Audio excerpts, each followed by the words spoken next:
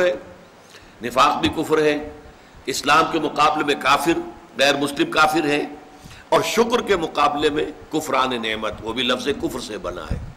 اسی میں آیا ہے لئن شکرتم لازیدنکم ولئن کفرتم ان عذابی لشدید، اگر تم شکر کرو گے تو ہم اور دیں گے، اور بڑھا کر دیں گے، لیکن اگر تم نے کفران نعمت کی روش اختیار کی تو پھر ہمارا عذاب بھی بہت سخت ہے۔ ومن کفر فإن اللہ غنی حمید، غنی جس کی کوئی احتیاج نہ ہو، بے نیاز، غنی عن العالمین، تمام جہانوں سے بے نیاز، حمید فعیل کے وزن پر، اور یہ حامد اور محمود دونوں سے ہو سکتا ہے۔ فعیل جو ہے صفت مشبہ، وہ اس میں فاعل اور اس میں مفعول دونوں سے ہو سکتی ہے، یہاں مفعول سے ہے، محمود سے حمید بنا ہے۔ آپ اپنی ذات میں خود بخود ستودہ صفات، ایک خیر اور خوبی وہ ہوتی ہے جسے آپ ظاہر کریں، بیان کریں، ایک خیر اور خوبی اور حسن اور جمال اور کمال ایسا ہے کہ اسے بیان کرنے کی حاجت ہی نہیں، از خود روشن۔ آفتاب آمد، دلیل آفتاب، جب سورج طلوع ہو گیا تو وہ اپنے وجود پر خود دلیل ہے، اسے کسی دلیل سے ثابت کرنے کی ضرورت نہیں ہے۔ تو حاجت مشاطہ نیست صورت دل آرام را، بعض شکلیں اتنی خوبصورت ہوتی ہیں انہیں کسی میک اپ کی ضرورت ہی نہیں ہوتی، میک اپ سے ان کو آپ بگاڑ دیں گے۔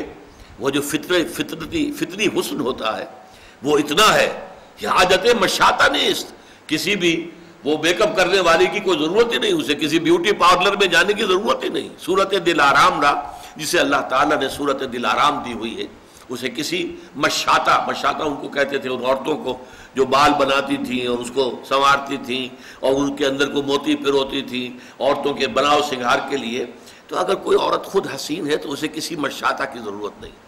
تو اللہ تعالیٰ اتنا حسین ہے، اس کا جلال و کمال اتنا از خود ہویدہ ہے کہ اسے کسی کے حمد کی حاجت نہیں۔ یہ تو پہلی آیت ہوئی اس رکوع کی۔ اب چلیے حضرت لقمان کی نصیحت کیا تھی۔ وَإِذْ قَالَ لُقْمَانُ لِابْنِهِ وَهُوَ يَعِظُهُ يَا بُنَيَّ لَا تُشْرِكْ بِاللَّهِ إِنَّ الشِّرْكَ لَظُلْمٌ عَظِيمٌ۔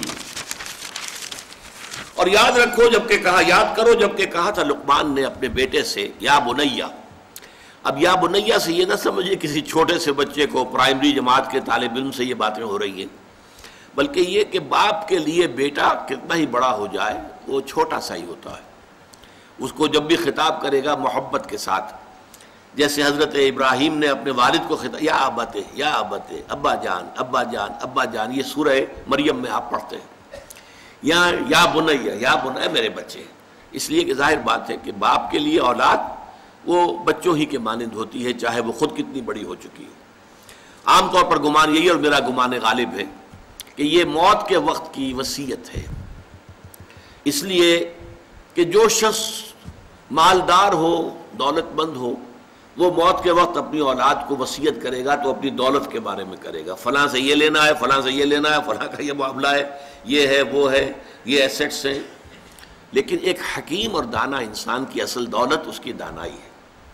جیسے اقبال نے کہا، میرے قافلے میں لٹا دے اسے، لٹا دے ٹھکانے لگا دے اسے، جو میری حکمت ہے کہ میرا نور بصیرت عام کر دے، الہی آرزو میری یہی ہے، میرا نور بصیرت عام کر دے۔ تو جو کسی حکیم انسان کو اللہ تعالیٰ نے حکمت اور دانائی عطا کی ہے، اس کی پونجی، اس کی دولت، اس کی حکمت ہی ہے، تو وہ اپنی اس حکمت کو ٹرانسفر کر رہے ہیں انتقال کے وقت اپنے بیٹے کو، اپنی اگلی نسل کو۔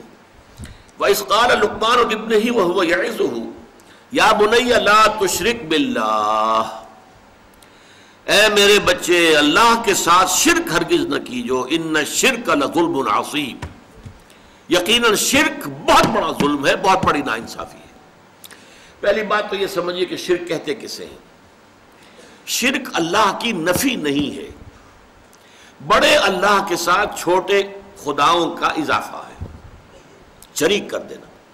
وہ ابھی میں بیان کر چکا ہوں پچھلی نشست میں، گاڈز اینڈ گاڈیسز، اور وہ کیپٹل جی سے لکھے جانے والا گاڈ، اس کے ساتھ جب ان کو اٹیچ کر دیں گے یہ شرک ہے۔ مہادیو کے ساتھ دیویاں دیوتا شامل کر دیے گئے، یہ شرک ہے۔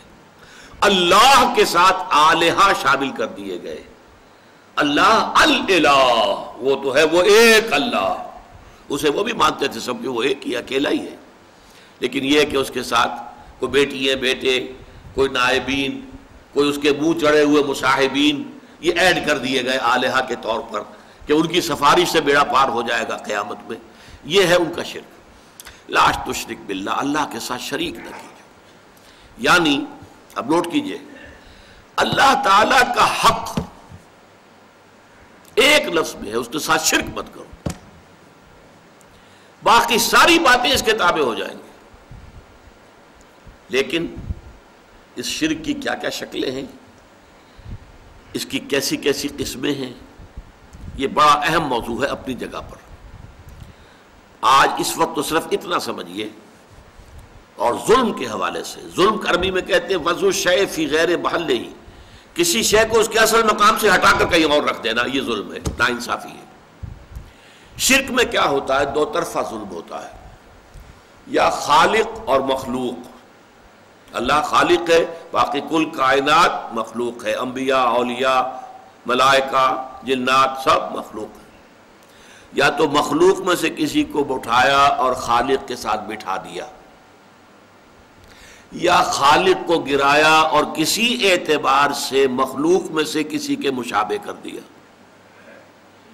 یہ دونوں شکلیں ہیں شرک کی، اور دونوں بدترین ناانصافی ہیں. خالق کو گرا کر مخلوق کے صف میں لے آنا، یا مخلوق میں سے کسی کو اٹھا کر خالق کے ہم پلہ بنا دینا. ضد، ند، مثال، مثیل اگر اس کے برابر کر دیا جائے، لا ضد لہ ولا ند لہ ولا مثل لہ ولا مثال لہ ولا مثیل لہ. قل هو اللہ احد اللہ الصمد لم یلد ولم یولد ولم یکن لہ کفوا احد. اس ہستی کے ساتھ کسی درجے میں مخلوق میں سے کسی کو کسی پہلو سے، ہمہ جہت نہیں، کسی پہلو سے بھی ہم پلہ بنا دینا اللہ کا، یہ شرک ہوگا. یا اللہ کو گرا کر اس کے مقام رفیع سے کسی اعتبار سے، کسی خاص پہلو سے مخلوق کی کسی صفت، مخلوق کے کسی مقام اور مرتبے کے میں لا کے شامل کر دینا. یہ ہے دونوں کے جو ظلم کی انتہائی صورتیں ہیں. تو فرمایا یا بنی لا تشرک باللہ ان الشرک لظلم عظیم. جیسے ہمارا جو دوسرا سبق تھا آیا بر، حضور نے ایک حدیث میں اس کو کوٹ کیا تھا. میں نے آپ کو بتایا تھا کہ اس میں وَآتَ الْمَالَ عَلَىٰ حُبِّهِ ذَوِي الْقُرْبَىٰ وَالْيَتَامَىٰ وَالْمَسَاكِينَ وَابْنَ السَّبِيلِ وَالسَّائِلِينَ وَفِي الرِّقَابِ.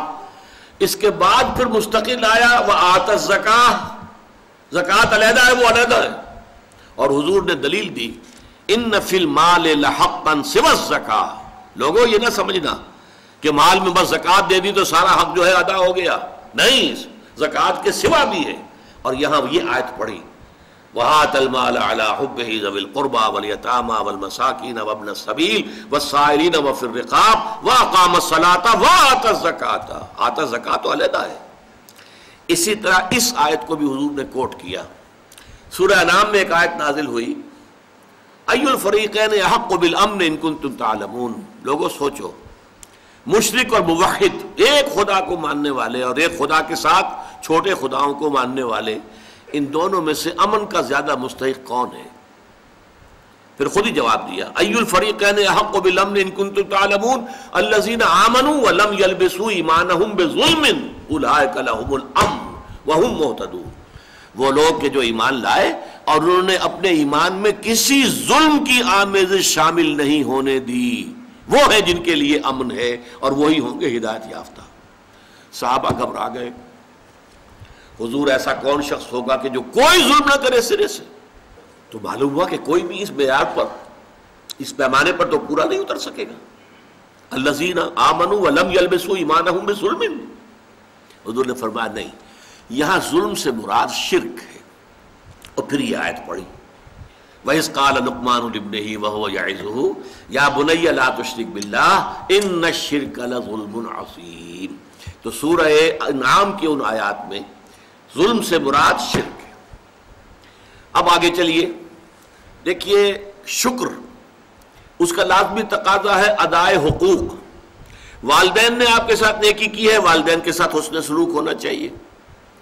اللہ آپ کا خالق ہے، مالک ہے، پروردگار ہے، اس کا شکر ادا کیجئے، زبان سے بھی ادا کیجئے الحمدللہ رب العالمین.